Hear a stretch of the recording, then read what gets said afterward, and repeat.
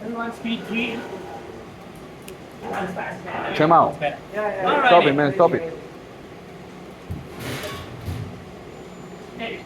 So, cleaning method. Right. Cleaning method is the most commonly used method to make cakes. Couple of reasons for that, and we'll talk about it. But before that, I just want to give you an idea of what are the steps involved. Okay. So if you look at the ingredients, you've got butter, you've got sugar, granulated sugar. There's going to be whole eggs.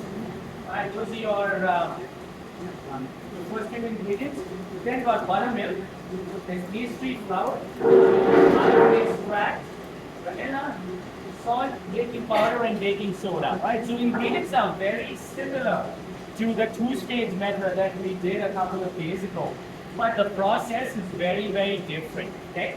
So when you start off with the cleaning method, you want to make sure that your butter is at room temperature. Ideally, sitting out for at least a couple of days so it's nice and soft. The softer your butter is, the sooner the creaming is going to go, the better product you're going to get.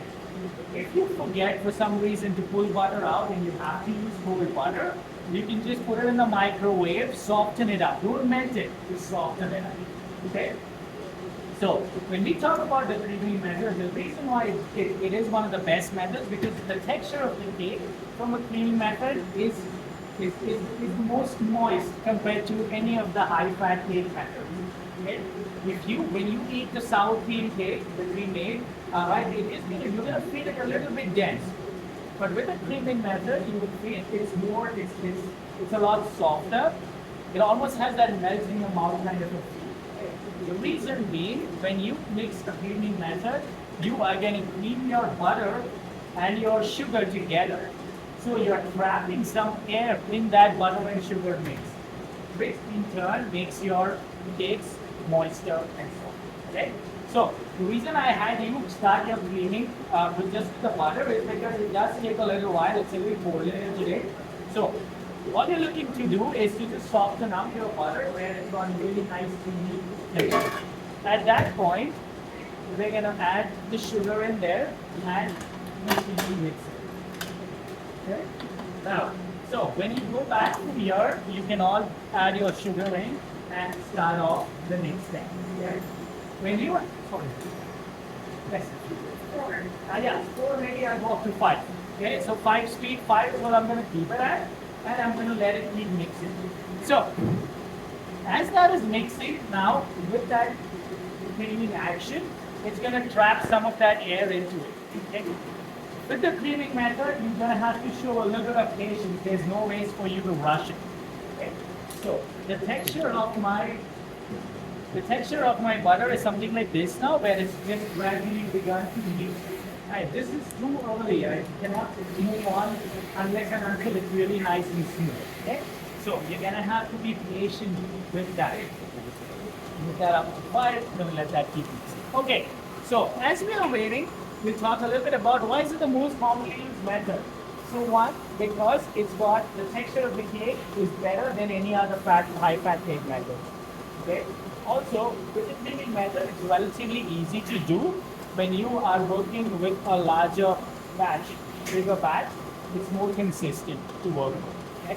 For those reasons, it is pretty widely used. Now, one of the questions on there is, can you substitute butter for margarine or shortening? What do you think? Maybe. You can, right? You can. Yeah, but it's going to affect the taste. So in a creaming method, you need a solid fat. It cannot be oil. You cannot do this with oil and sugar because that is not going to trap any air. Okay, it needs to be a solid fat, something that you can whip up. Okay, so both margarine and shortening work too. Now, the one aspect to look at is what's called curdling. Have you heard of curdling? Yep. When does something curdle? So much moisture. Yeah, that's easy. Yeah. So, when you have fat and you have liquid, when you try and mix them both together, right, sometimes they don't bond well and they separate.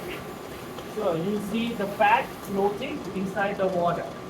That's not great because if you make a cake with that kind of a texture, it's going to bake after it bakes, you'll see layers inside that cake because the fat, the flour, everything has separated. Okay? So curdling mainly happens if the temperatures are there's an imbalance. Right? So right now I have butter in there, which is room temperature. Right? If I add my next few ingredients, which are cold from the fridge, that is going to curdle because the temperatures are not the same. Okay? To avoid curdling, what you want to do is make sure the temperatures are about everything at room temperature right now. So for that reason, what I suggest is pull out all your ingredients and just keep them at room temperature. Maybe 15 or 20 minutes before you're going to make these cookies. Okay, that helps with. Perfect. Now, if your batter does curdle, I hope it doesn't, but if it does, it doesn't mean you need to throw it away. Yeah, you're not going to be wasting it. What you need is to give your batter a little bit of heat with either a blowtorch or a heat gun so that the temperatures gradually get back together and blend well. Okay, so that is a little something you're going to have to look at. So if your batter curdles, then you will notice, like, there'll be little pieces in there and there'll be some water floating around. If that happens, call me over and we'll try and fix it. Okay? Once your butter and sugar is mixed well, you see now, it's a completely different looking. It's almost like a smooth paste. Right? This is the stage where we can now start adding the eggs. Okay? Before we do that though, in all creamy measures, you're going to make sure you scrape the sides of your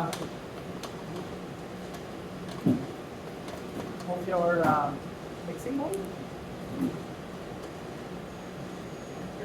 You see how that is. Okay? Now, when you add the eggs, you're going to add one at a time. The reason you do that, again, eggs have a high content of moisture, they have high water content.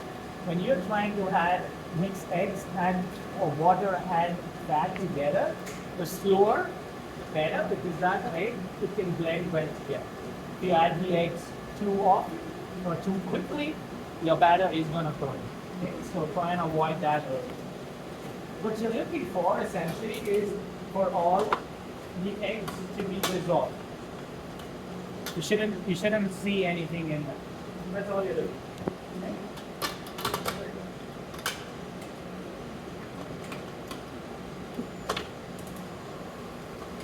So that was one.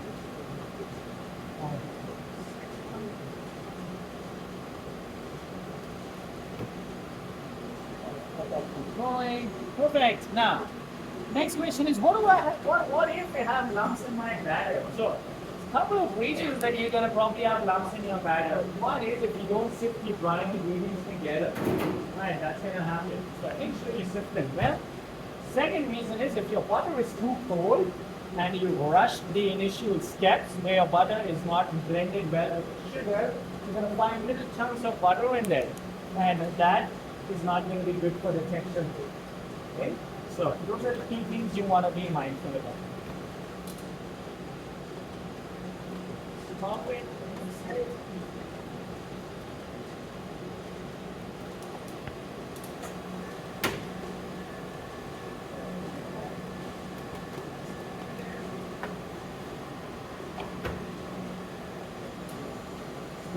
With that. Perfect. As that is mixing, I'm going to set up the rest of my ingredients. So dry ingredients, we're just going to sift them all together. So that's my base wheat flour.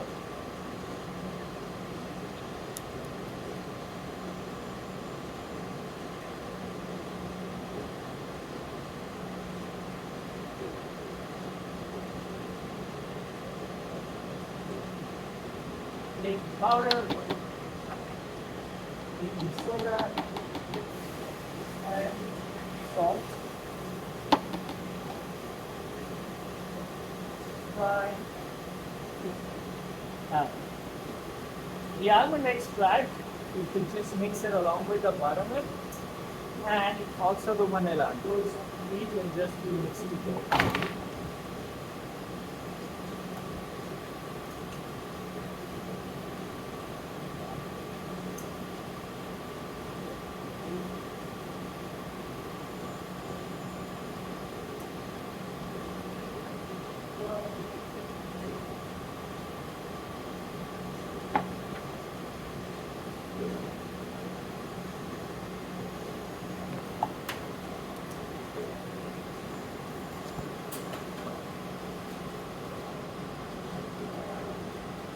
I'll mix that. Okay. Now, at this stage, the butter and your eggs, butter and fat will do something like this. Alright, so they are nicely mixed together. That is good.